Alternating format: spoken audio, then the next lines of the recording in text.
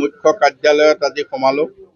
ইয়াত আমাৰ দলীয় সতীৰ্থসকলৰ লগত কিছু আলোচনা বিলোচনা কৰিলো অহা পঞ্চায়ত নিৰ্বাচনৰ কাৰণে, আৰু সকলোৱে জনাইছে পঞ্চায়ত নিৰ্বাচনৰ কাৰণে সকলো প্ৰস্তুতি আৰু সংগঠন সকলো কাম হৈছে, আৰু আমি আশা কৰিছো যে অসম গণ পৰিষদ দলৰ ইয়াত আমাৰ প্ৰাক্তন বিধায়ক জাবেৰ ইছলাম ডাঙৰীয়া আছে, তেখেতৰ নেতৃত্বত আমাৰ জিলা সমষ্টিৰ নেতৃত্বত সমষ্টি সমিতিৰ নেতৃত্বত আমি যাতে ইয়াত অহা ভাল ৰিজাল্ট কৰিব পাৰোঁ তাৰ কাৰণে আমি প্ৰস্তুতি চলাইছো।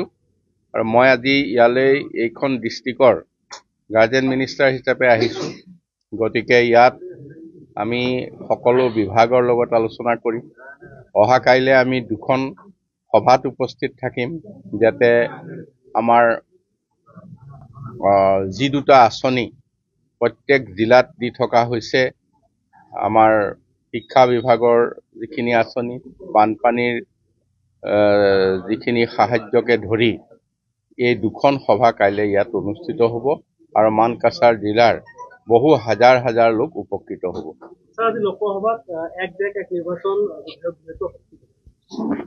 এক দেশ এক নিৰ্বাচন, এইটো এটা খুব সুন্দৰ চিন্তা হৈছে, যাতে ইলেকশ্যনৰ নামত বাৰে বাৰে ইলেকশ্যন হৈ নাথাকে।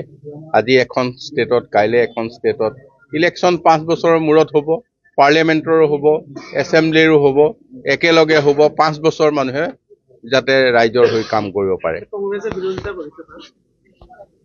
কংগ্ৰেছেতো ইমাৰ্জেঞ্চি অনা, কংগ্ৰেছে আৰু বিৰোধিতা কৰিব, এইটো কৈ লাভ নাই।